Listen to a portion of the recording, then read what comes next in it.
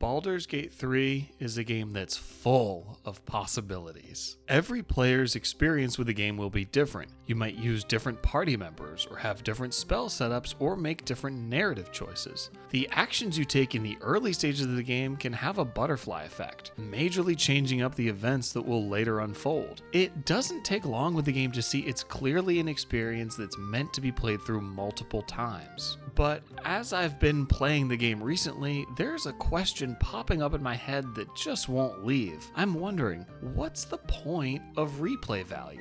Now, I know that there's a lot of obvious answers that might come immediately to your mind, and they've come to mine as well. Video games are very unique in that they're the only medium where your experience with the same product can change each time you engage with it. Books, music, and movies are static, and while you might pick up on something new in one when revisiting it, that's you changing, not the content. So you might argue that more replay value means more bang for your buck, duh! The more replay value a game has, the higher the number of hours you can sink into it is. But is this really the benefit? Because the core assumption of this argument is that games aren't meant to be as enjoyable as possible, but just to fill up as much of your time as possible. If the amount of hours you get out of a game for as low of a price you can get is what you're going after, then the quality of the experience comes secondary. Now, I'm not saying that this line of thinking is inherently incorrect, because people play games for different reasons. But I think the majority of people who argue for this mindset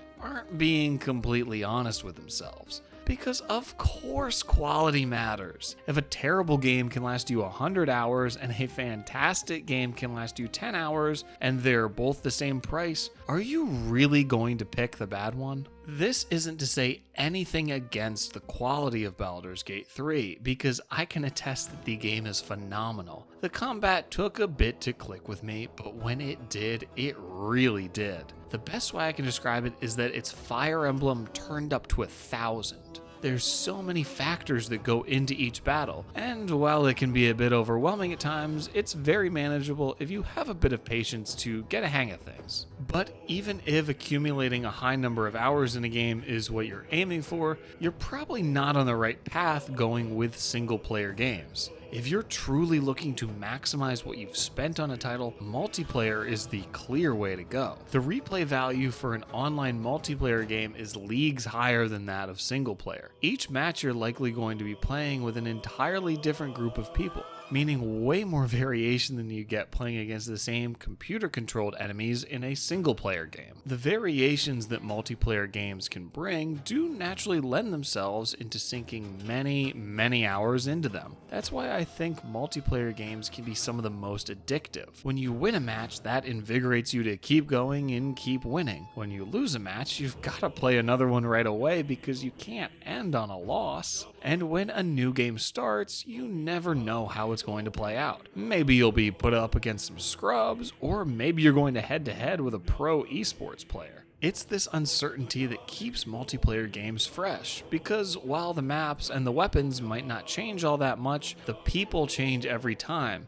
And of course, people are way more unpredictable than anything that any developer could create. I think this argument holds true because obviously multiplayer games are extremely popular, but they're still missing something that only single-player games can offer, and that's narrative. Even though there might be backstory and lore to the events of a multiplayer match, these elements don't have any impact on the events that unfold during gameplay. This is one of the major strengths that single-player games have over multiplayer. They're able to create characters and storylines that you actually care about and can influence your decision-making. This is absolutely one of Baldur's Gate 3's biggest strengths. Even though the main narrative is fairly simple and straightforward, woven through it are a series of interconnecting stories that can massively change up the game's events. In a similar manner to multiplayer games, players might have a vastly different experience to one another based on the choices they make. And when the game has 17,000 possibilities for its ending, it's not hard to see just how many of these choices you'll have to make,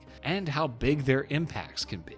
And these narrative variations do add to the game's replay value. As you play, it's fun to think about how things might turn out differently if you had chosen a different option. And thinking about these possibilities does make me want to revisit the game again to see how I can create different outcomes. But there's a major aspect of Baldur's Gate 3 that makes me want to avoid playing it again, and that's its length. Playing through the main story of the game takes anywhere from 75 to 100 hours, which is absolutely insane. I'd consider a long game to be 40 hours or more. So the fact that on the low end, Baldur's Gate 3 is basically double that is astounding. This isn't to say that long games are necessarily bad. I'm fine with them, as long as they can justify their length. There's a lot of games that try to meet some massive average playtime by loading up on filler content and could easily be less than half the length they are. In general, I'd much rather be left wanting more from a game than spending a large chunk of my playthrough just waiting for it to end.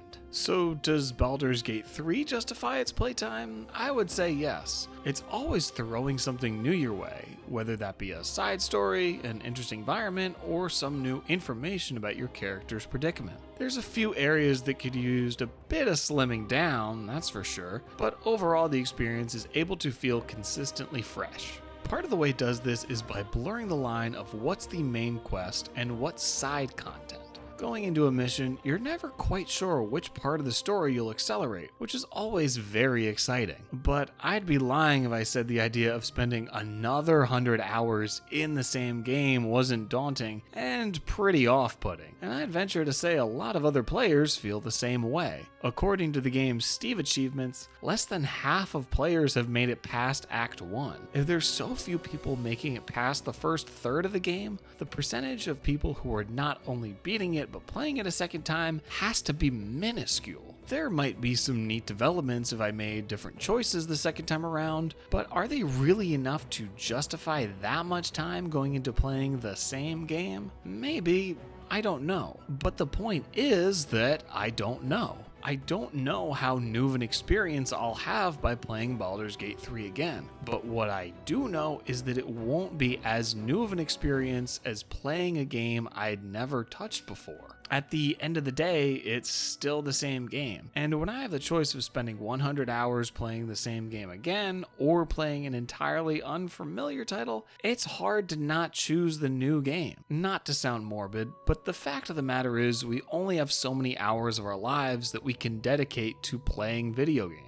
Baldur's Gate 3 is a great game, and I have been loving my initial experience with it, but there's so many games out there that I haven't even touched that I'm sure I'll love. I haven't played Elden Ring, or Red Dead Redemption 2, or Hogwarts Legacy yet, and as much as I love Baldur's Gate 3, there's no way I'm playing it again until I've experienced all those games, and probably a dozen others that I haven't even mentioned. I think that the myriad of gameplay and narrative options that Baldur's Gate 3 gives players is great, but are more beneficial in that they cater to a wider variety of preferences rather than giving the game replay value. Replay value is great and definitely a plus, but I wouldn't say it's a necessity. Even though it seems like release date delays and full cancellations are a constant in gaming today, there's still more games coming out than ever, and older games are still available, especially if you're willing to dip your toe into emulation. So with the number of games that are out there growing by the day, replay value has become less and less necessary.